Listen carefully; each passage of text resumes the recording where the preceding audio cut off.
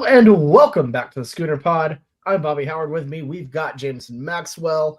And welcome to the stream, everyone. I know it's a bit irregular to have a Tuesday night Schooner Pod, but we're still kind of regulating ourselves out after the crazy holiday season and the bowls and all that.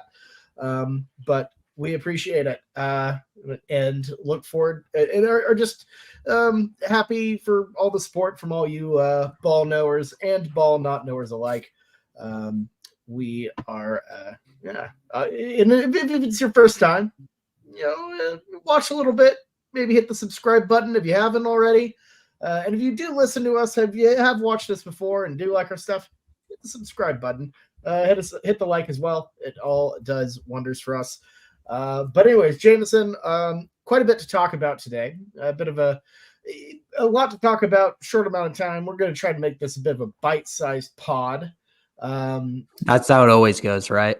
Of course. Well, one less person, hopefully, maybe we can speed through it.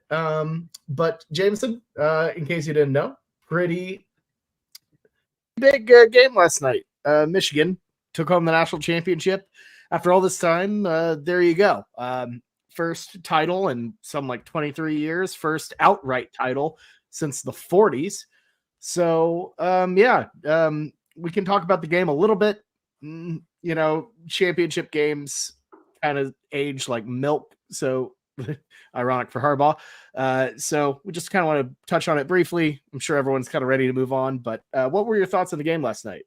Yeah. Michigan obviously was the way better team. We knew that coming in. And the only way that Washington was going to win this game was on the back of Michael Penix. And he didn't bring it that game. He still had some good plays here and there, but you needed a generational type of game from him, and he just didn't do it. And you really can't damn Penix for it. Don't start to turn your opinions of him just from this national championship game. There's just so many things he's done this season that's so special, and people will turn on a dime so quickly. So I ain't buying that. If I'm an NFL team, and I'm not at the top of the NFL draft, I'm in the teens or the early 10s, and Michael Penix is dropping to me and I need a quarterback, if I'm a New York Giants or I'm I hate to say it, Oklahoma fans, a Tampa Bay Buccaneers, I am not blinking once to take Michael Penix because I think he's still that special. Yeah, I mean, he's a hell of a quarterback. I know, some of the weirdness with him is, being a southpaw throwing lefty, just looks a bit funky. But overall, he is a hell of a quarterback. And look, I feel like almost saying that Michael Penix is poor or not a very good player because of that game is almost an insult to Michigan's defense, who was absolutely excellent yesterday. Penix didn't play his best game, but and he was hurt. Give it up. Yeah, he was banged up. It's a long run, quick turnaround. So you can't pin it all on one game. He didn't have his best, and yeah, I agree. You can't, and that's kind of part of it is when you are, so driven by one guy, it can kind of fall apart. And I think that's kind of what happened at Michigan. Really, what it is they just gave up those two big runs to Donovan Edwards at the beginning of the game, and since then, that point, Michigan's offense kind of sputtered, which we had seen sometimes happen this season. But whenever you give up two monster plays that early in the game, it's so hard to come back from that. And, the score really doesn't show. Washington had chances at the end, but doesn't really look like it in the final score. But it was close. It wasn't really a blowout. It was still an entertaining game. Obviously from last year, no offense TCU and Bogan Blake, but an absolute snooze fest. So it was nice to get some really good college football from these three playoff games. Yeah, no, I mean, it really was a pretty solid national title. Obviously the score doesn't reflect it. It was a bit slow at times, but it was not bad. It looked for a moment there like Michigan was going to run away with it. They go for it on that fourth down that didn't turn out very well. And then Washington bounces back, but look, Penix, I get why people can kind of pin it on him because that first, that interception right out of the gate, second half, really kind of doomed him. And he got hurt on it. It was just the worst case scenario.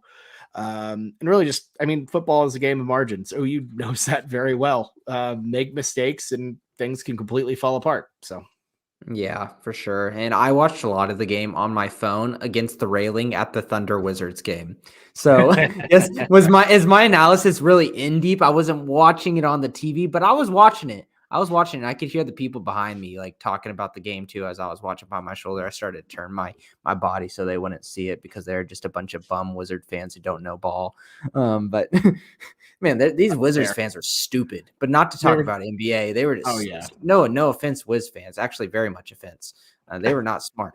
But moving away from basketball, yes, still very good. And like you said, Bobby, we're talking about college football right now. We're going to keep it short because it's such a big game and it's just the weirdest phenomenon. Like it's such a big game. Wouldn't you want like analysis after that? But as soon as like college football playoff ends, I'm like, oh, it's done. Move on time. And it's like, well, I don't need to hear about it too much. And it's just the weirdest thing. Well, everyone immediately moves on to the, way too early top 25s and, who's going to, like all of that garbage and, who's going to be next, who's your way too early number one, Bobby? Tell me. My way too early number one. Wow. Gotta go with Georgia. I think they're pretty well-rounded. I don't think they lost it. I mean, they always lose players, but I don't think they lost enough to like completely break them. Like Michigan, I feel like is going to have a lot of losses. Washington is going to get absolutely, just ransacked in the offseason, given, everyone leaving to the draft or graduating. I'm not sold on Ohio State going with Will Howard. I love the Judkins pickup, but Will Howard to me does not feel like it feels like he had that one good year and people have been, myself included, way too blinded by it. We were quite the haters at the beginning of his career. We thought he was absolute trash. Horrible Howard. And yes, and then like he started to be like decent. We're like, okay, this guy's obviously like showing at least something. And then we kind of walked back on those things, but we never been like uberly high on him. He's always been competent. Yeah, it was like, I remember there was a moment where Adrian Martinez goes down and it was almost like he goes down and then Howard comes in. And I think we used it to kind of insult Blake a little bit because we're like, oh, Will Howard, threw all over you guys. And even though you won and he turned out to be a better option than Adrian Martinez for sure. But overall at Ohio State, I mean, it just doesn't feel like a fit, what the hell a polar bear doing in Arlington, Texas is right. How it feels. Hey, like, it could be Will Rogers at Washington though. Yeah, that's bad. But and that's the thing is it's really impossible to project just looking at some of these team schedules, Jameson. It's nuts, not only because there's some really good non-conference games, like Georgia, Georgia Clemson, Texas has to go, or Texas and Michigan, like Texas has to go to Ann Arbor. All Michigan, of these, like Washington. Yeah, well, Michigan, Washington, that's a conference game now. And then you got Georgia, Alabama, or sorry, Georgia, Alabama is a thing. Oh, you're only talking about non-con. Oh, yeah, gotcha. Non-con. Yeah. I'm talking the non-cons are funky, and then these new matchups that we haven't seen yet. It's going to be nuts. Ohio State has to go to Eugene, Oregon. What is it going to look like in that? What's it going to look like once we get to like teams are going to have tougher schedules. Teams are going to have more losses. And as we've seen from this playoff field, Jameson, parity has never been bigger in college football. I feel like we really haven't had just one dominant team. Michigan, I think for sure was the best team. They handled business, but they didn't look like dominant. Like both Washington and Alabama easily could have won those games. Ohio State could have won that game. Every time they faced like really solid top tier competition, the other team could have won at any point in time, but Michigan just made the right moves or made the right plays, made the right moves at the end. And I got to say, the parity thing to me, I think if you're an OU fan, that has to probably be encouraging, honestly. Because I don't think OU on like match them up, bubble situation, team versus team. I don't think there are that many teams that OU can't compete with right now. And you just talk about talent across the board leaving into the draft this year. It is a huge loss of talent in college football. Keeping, a very competitive atmosphere within college football is fun for fans. And at the same time, great, for people's hopes if they have aspirations to get into the 12-team playoff. Yeah, absolutely. Absolutely. It's Mhm. it's gonna be fun. It's gonna be a really fun season. I'm excited for it. Really mad EA Sports didn't release a trailer, even though there was no evidence other than a random person on Twitter saying so. I'm getting a little worried about our game. We haven't heard anything about it, and it's supposed to come out in a couple months. What the hell? Yeah, wasn't there like a delay that they talked about in the past? So it hasn't already been delayed once? It has been delayed once. Yeah, I Mhm. think it has been delayed once. So Yeah. hopefully it doesn't get Not delayed again. good. I don't know. I'm nervous. In EA Sports or EA just as a whole. That makes me nervous. I don't love it. I need this game. I need this game. At the very least, just re-release NCAA 14. Just clean it up a little bit. Maybe add rosters, whatever. I don't care. I'm not Whitman level smart to try to figure out how to get NCAA remastered or whatever, or college whatever that version is on my PlayStation 5. So I'm just saying, just release some sort of game. I just want a bare bones something. Just don't just get it out there, please. I need this. Mhm. Yeah, I'm sure the NCAA is being very, very helpful with them right now too, Bobby. Well, hey, look, the NCAA is so unhelpful with it; they aren't even in the game. It's called college football 25. So they just ran and hid, and they have deals with the NIL groups and the schools themselves. So there might be I'm not sure which schools are out. The ones that are out, like that'll be a little weird seeing like for example, if A&M was out, it would just say College Station, that sort of deal.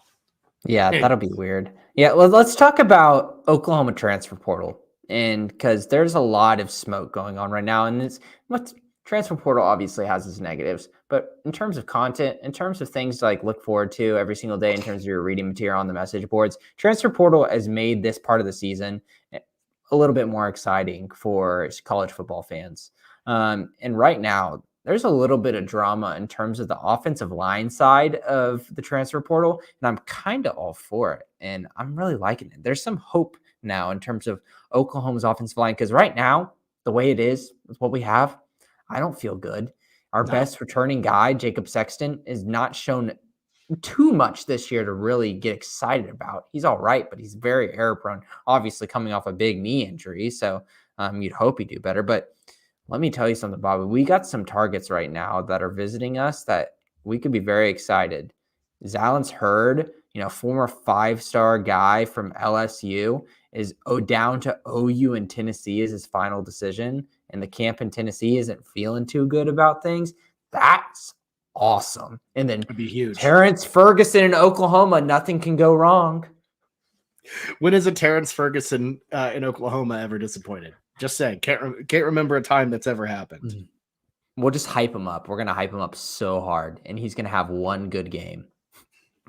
That's if he's anything like old Terrence Ferguson from Thunder, that sounds about right. But talk about Zalance, dude. Like getting a tackle with that kind of athleticism with that many years, like he's got 3 years left of eligibility. Is that correct? Something like that, yeah. Yeah. Which is So just nuts. so we need that bad in our system for Bill Beanbo, who's been just absolutely destroyed in terms of how he's recruited offensive line. If we can get guys from the portal that are not just 1-year rentals, like, Michael Tarquin right now, I'll talk about him in a little bit, the drama of his commitment picture that he deleted, like that's nice to get, but you get him for 1 year and you lose him. Right. Getting a guy that you can put right back into your system to hold on to for a couple years. Now there's what you're getting excited about. Yeah, and I mean, in college football, longevity is, not exactly, longevity and stability. That has existed or mattered. It never mattered or existed less than it has right now. But getting a guy, with 3 years, SEC type of guy entering, and then obviously entering the conference would be enormous, massive. Because we desperately need that. We desperately need guys for the long haul because you can't do this every single year because as our old pal Bowden Blake knows, it's not like a thing where you just completely refresh and refill every year because sometimes when you refresh and refill, you have misses. It's not you need continuity. You need to build upon things. So Zalance, I mean, that'd be huge. Yeah, so he's a class of 2023 guy. So I mean, he's spent a year at LSU and he's bouncing right now. Is it for a paycheck?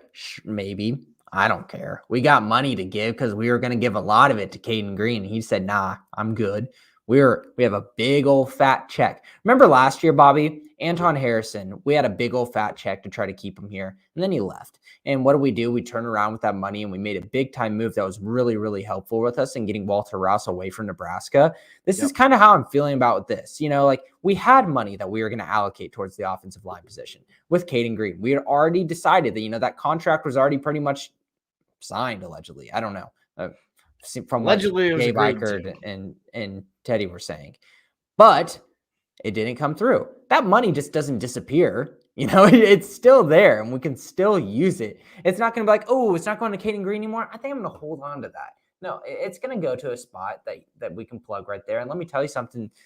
I think it's great. This is the kind of guy that you don't get often in the offensive line portal, and big offensive tackle with this much athleticism who's going to be a sophomore now. That's the move. This is what you should be excited about. And I don't know why there's not more OU fans getting excited about this. Maybe because it's an offensive line guy, probably just like, the unsexiest position in terms of the college football. But you got to get excited about a left tackle. We need a tackle so bad. I mean, absolutely. We need a lot on the O-line in general, but the left tackle position is just so incredibly important. Just to an offensive line as a whole, it's gotta happen.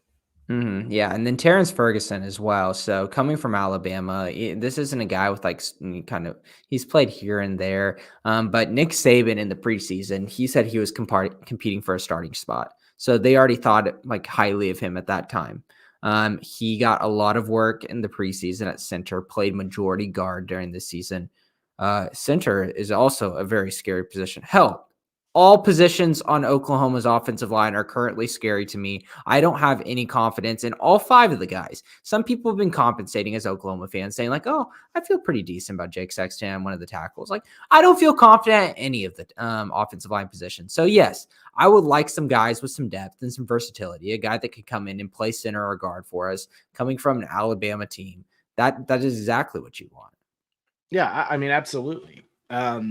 And I mean, that's the thing with Alabama, any of these, blue bloods, you feel good about getting a guy like that just because the level of talent that if you're competing for a starting job, in preseason, you're pretty damn good, probably.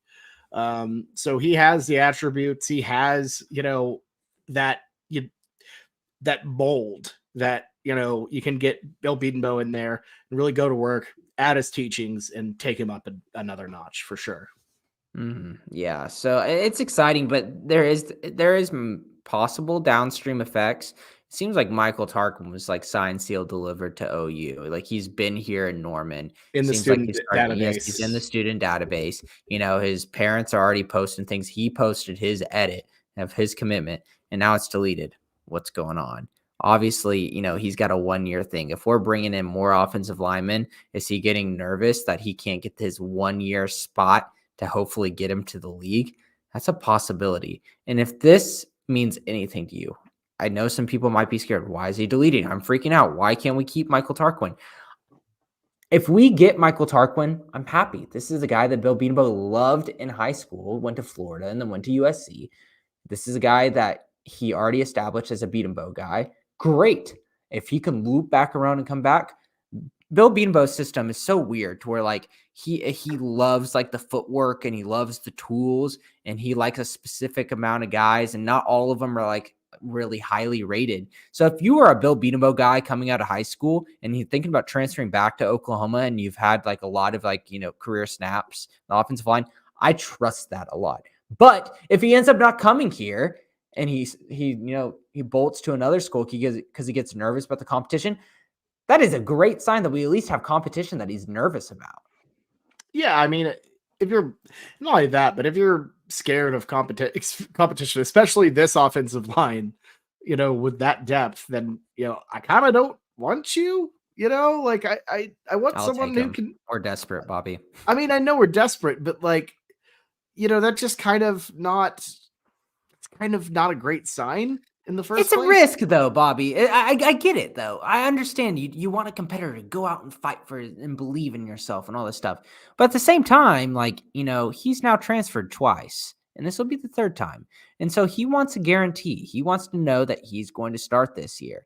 And he wants a school where he can go out and guarantee that. Because if he came here and he didn't start and he got beat out, even if he did believe in himself that he's very good, but someone that was even a little bit better than him beat him to that spot, completely wasted his last year of eligibility. It's just a gamble.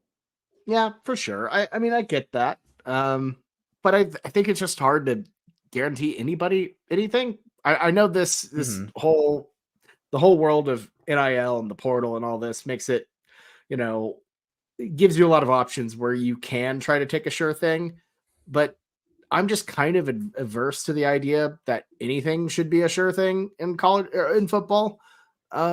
That sort of stuff needs to go through the camps, and you need to go through the grind of it. You shouldn't be taking less guys to give someone a guarantee. You know what I mean? Like that just what are you going to do if the guy sucks and somebody else is better?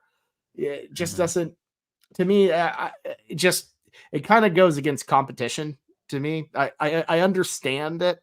I understand trying to find your best option, and maybe if you want to make the best of that option, go not to OU, because that's always going to be a highly competitive place. You're not trying to get a job at Rice or somewhere where you you can get playtime. So I don't know. It's whatever.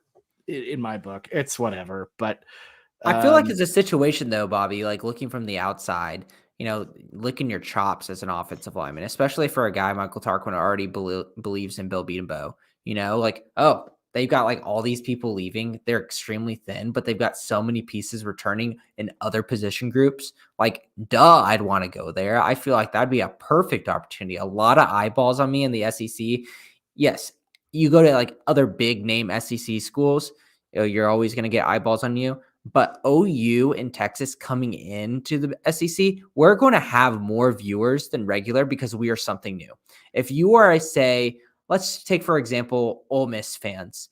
I think Ole Miss fans, whenever they're looking at the TV guide and they see Oklahoma versus Tennessee on ESPN versus having to watch like an Alabama, I don't know who Alabama, let's just say Mississippi State. Mississippi State or someone more like Alabama, Florida, or I don't know who they're playing, but like, someone of that, like, where it'd be like a competitive game, people are going to be drawn more to watch the new in Oklahoma. There's going to be a lot more people and a lot more fans, I think, this year watching Oklahoma and Texas SEC games. I think it is a huge opportunity for people to go out there and make a name for themselves this coming year.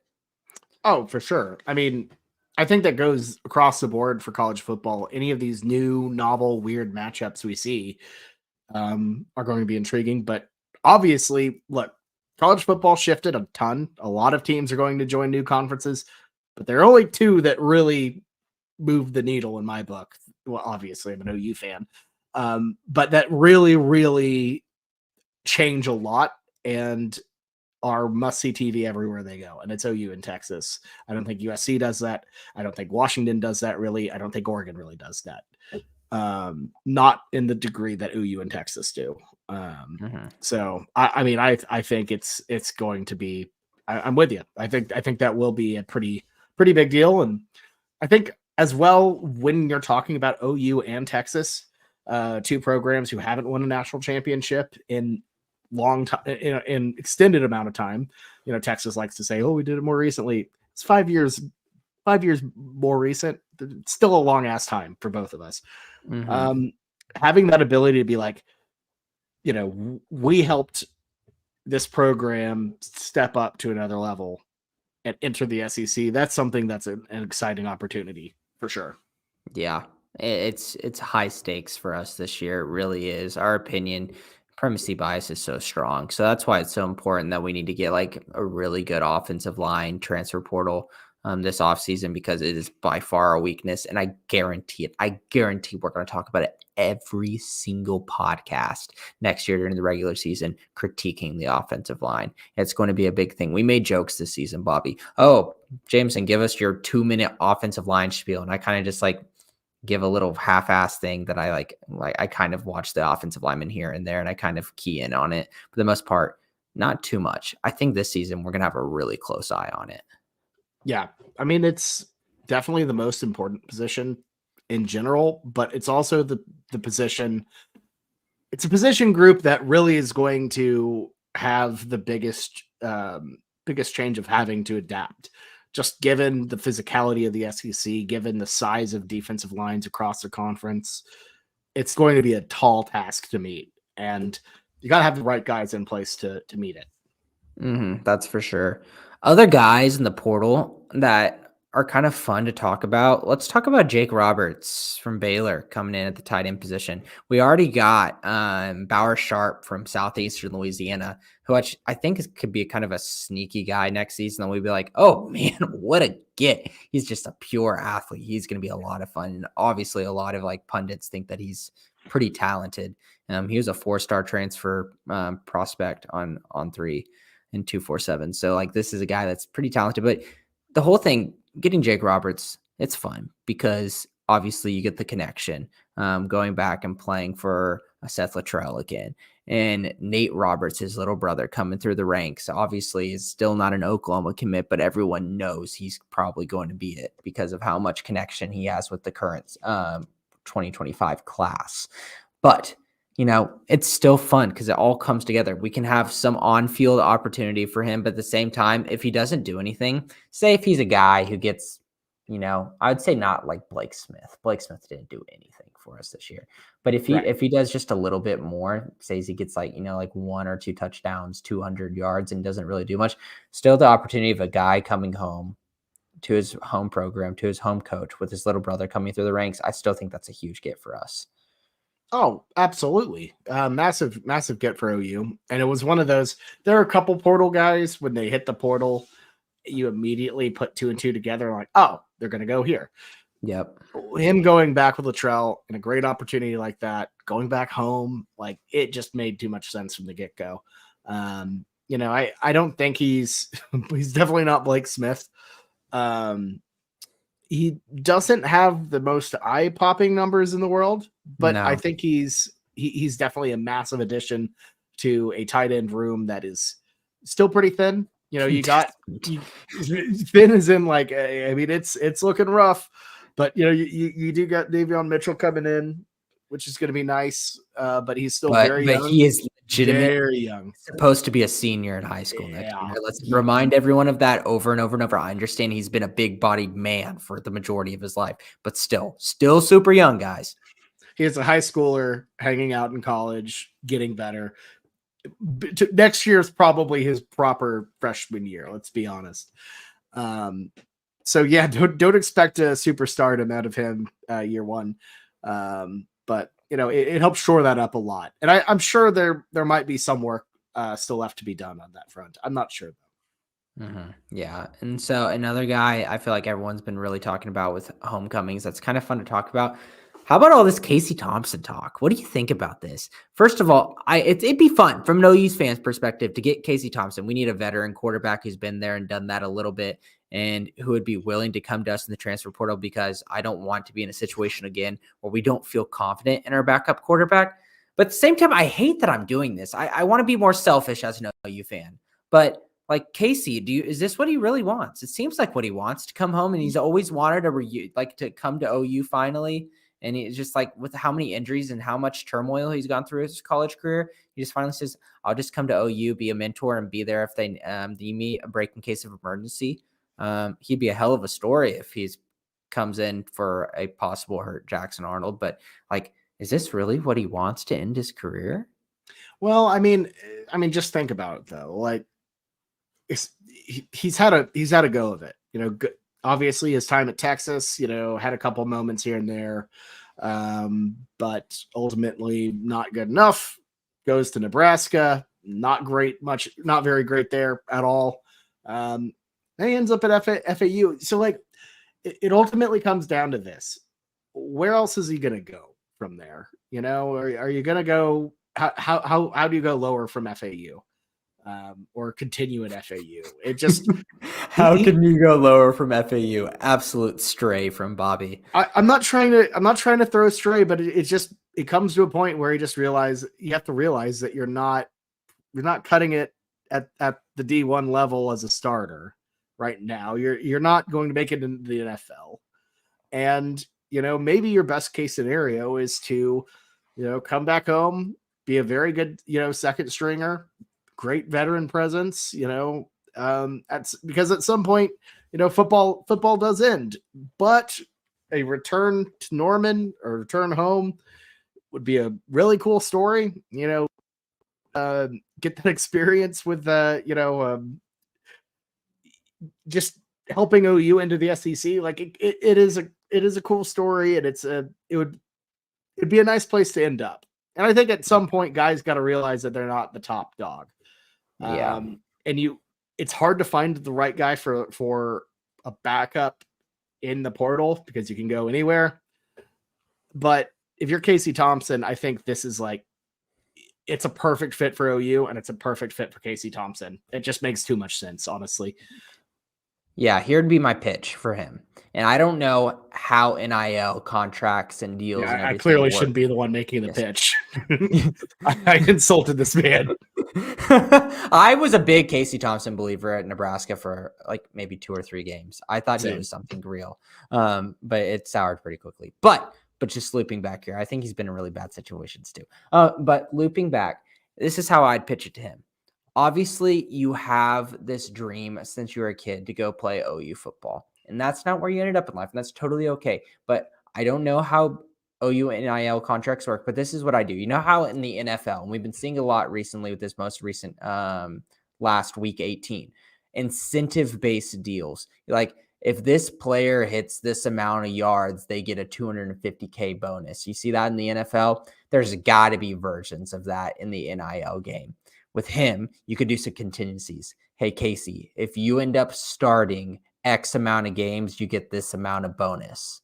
So therefore, it gives them some incentive financially to come to Oklahoma, because you've got to at least start thinking about financial ways to kind of profit off your name, because he's only got a year left, Bobby. But at what point at what point does that become pay for play? I know that's basically what we're doing. Well, you have to make it less defined, I think, right? Obviously, there would be some back channel way to do this. It's not going to be explicit in a contract, but it'll be very well known. Yeah. If you ain't cheating, you're trying. Didn't we just learn that today with the huge articles that were coming out? Everyone's cheating. You're either cheating or you're Vanderbilt, which is just such a great quote. I just imagine Vanderbilt oh, guys. Yeah, that's my thing, though, is it's tricky to enforce that. And it's tricky because the second you put it in writing, that's not great. I don't know. I think the best way NIL works is just vague money and nothing solid. Yeah, but I think that would be a way that I would cheat and kind of incentivize him to come. And then also you have the angle of you get to go and kind of finish your career on a good note. No matter what happens at OU, you either get to come in and be a hero for this Oklahoma football team. You have that opportunity, or you get to come to the school that you always wanted to as a kid. It is a win-win scenario. There's scenarios around the college atmosphere where if you went to a lesser school, say if you went and he wanted to go to Rice, like our good friend that also went to 4 or 5 schools beforehand, not everyone can end, the perfect storybook ending at Rice. So how about you just avoid that scenario and just come into a win-win and come end your career at OU. Yeah, good spot. I agree. Mm-hmm. I agree. Yeah, so I mean, it seems like he's considering us, but he's kind of slow playing it. So I'm not going to rush it, but we really would like a backup quarterback to come through the portal, because you got to be careful, because you don't get guys with starting experience in the portal. You usually get backup quarterbacks in the portal for a backup quarterback. And you know what that got us? What, 2 or 3 years ago? Davis Bevel.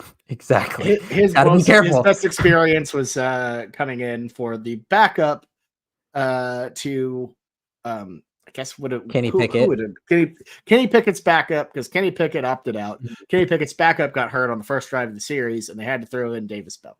Exactly. So you this is a great opportunity that we'll need. And obviously, like, you won't have this problem as much next year because we already recruited 2 freshman quarterbacks. So we'll have like Michael Hawkins and Brendan Zerberg. So those guys would be in the system. You just don't with a guy like no disrespect to like Michael Hawkins. He wasn't Jackson Arnold, where I feel good about putting him in as a true freshman. Like Michael Hawkins, I think, is a competent quarterback, and he showed some things in Texas high school football, like looking at his tape and obviously the way he played in the playoffs and competed.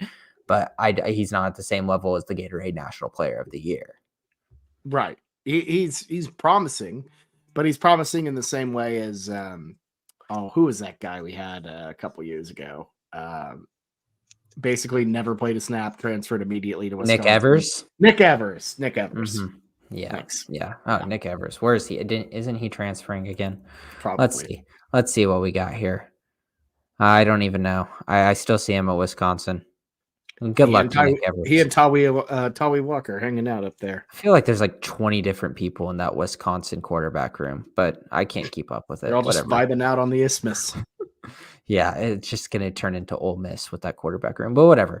Actually, that was a really good compliment to Wisconsin. That's a very good compliment. All right, that's not what I was going the for. portal spot, but apparently can't keep Judkins. Weird. I don't know. Yeah, that was kind of sad. But so like moving on, just kind of putting a bow on this transfer portal talk. Obviously, there's still some other things to look forward to. Preferred walk-on NIL deal, Tyler Keltner from Florida State as the kicker. Is it our future? Or I don't know, but I see hope in our eyes that's all that matters. Just not Schmidt, man. Yeah. Schmidt, it's time, buddy. It's time. We don't even have a burrito to blame this time. Exactly. So other guys that we're still kind of thinking about, is Seth McLaughlin going to snap some balls into the dirt for us for Alabama from Alabama? No. You know about what happened there, right? I sent it, but he's still getting targeted by OU. But like, okay. So whenever I said on that last pod where he's actually in Oklahoma, so the TFB people were reporting that because one of their sources said that he was at OU, but they didn't realize that the initials for Ohio State is not OU. Excuse me.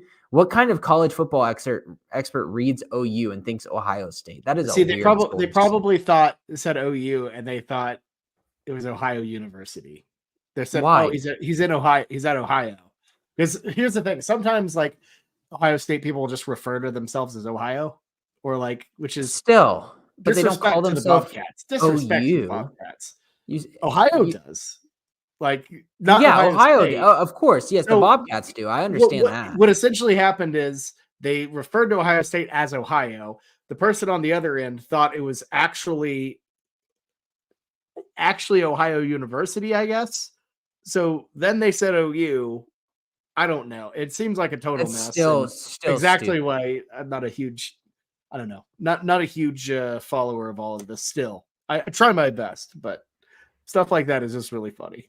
Mm-hmm. Yeah. So still a lot to look at in the portal right now. It's still a lot of fun, but offensive line, we're begging for you. Zellen's Hurd, we need you. We need you bad. It would be quite the excitement jolt for OU fans. Maybe don't give him the exact, like all of the Caden Green money because he's not Caden Green, but it'd be nice. Mm-hmm. It'd be nice. Yeah, well, he hasn't proven anything, so I don't think he'd get the same. Caden Green was probably going to be one of the top 3 paid offensive linemen in the country, and he probably is that now at Missouri. Man, we need to destroy them. We need, or at least beat them. We need to beat them in Columbia next year. There's a lot of tension. And I am not feeling very good about it. It's not a rivalry, but I am so tired of that school continuing to do this. It just, I'm hoping this is their Jimbo Fisher A&M winning the winning the Orange Bowl in 2020, and then from there it just kind of dips down. But I don't know. Yeah, it's so annoying. It's so annoying, man. Yeah. And a lot of that is the Missouri legislature and everything, and the way they have their NIL set up where they can start earning early if you're in state. It sucks. But Yeah, that's what Williams did, and it makes total sense. And I mean, hats off to Missouri. Good for them for making a push. Because if only our state could do that. Bill's on the desk. Bill's on the desk. Oh no, but there's other things that he's mad about. We're not going to get political, but still, hey, sports betting might be coming soon, right? Yeah, hopefully. Surely, right? It seems like this other deal might have a chance, but we'll see. You know what I've thought of for people that are like big time sports bettors right now, and like our friends in Oklahoma and Texas. Underage drinking, Bobby. You know how fun it was whenever you were underage drinking. You're living on the edge, and then you get 21. It's fun for a little bit. You keep on doing it, and then like kind of the rush of it kind of goes away. You still enjoy getting out and getting a nice drink, but the rush of spraying the board of underage drinking kind of goes away. Is that what's going to happen with some of our degenerate friends in terms of sports betting? I don't know. I don't think so. I think they're too far in, but still, just a thought. Maybe a little too far gone. I don't know. I think everyone's.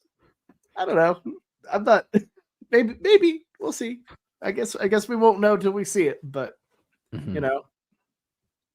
Yeah, it's gonna be a fun one. You got anything else to talk about with Portal? I think we kind of hit all the points there. Yeah, we've hit the big ones right now. No pun intended, because they're offensive linemen. But that was weak. No, it wasn't intended. It wasn't intended. Yeah, but you still brought up the word pun after that. So there was some sort of intention to bring up puns. Oh goodness. No, that's all I got though. Cool. Yeah, good Portal update.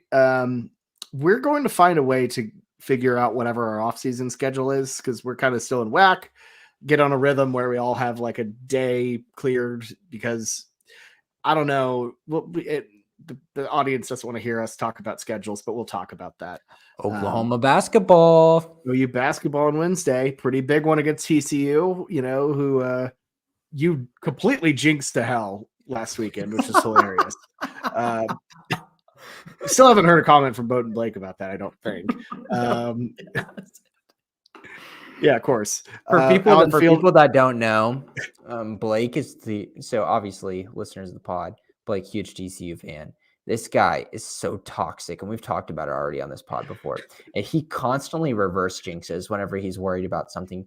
He'll be like winning by 10. He'll be like, oh no, we're gonna blow it. We're gonna lose. And I hate it. I hate it so much. It just bugs me. And he thinks that I jinx things all the time. I have jinxed some things. So TCU is winning versus Kansas. I turned the game on, 3 minutes left, and I said, oh, it's perfect time. I'm like, wow, TCU is about to beat Kansas. Immediately blow it with that horrible, horrible flagrant foul call. Just a brutal, brutal way to lose. And I am not ashamed at all to do that to poor TCU. No, which is fine. Blake also is like a super toxic TCU fan when it comes to basketball, because he wants to fire Jamie Dixon. We refer to him as Jim Dixon, which is great. He's just toxic all around in terms of sports. It's just all toxicity. He wants to fire Mike McCarthy. It's great.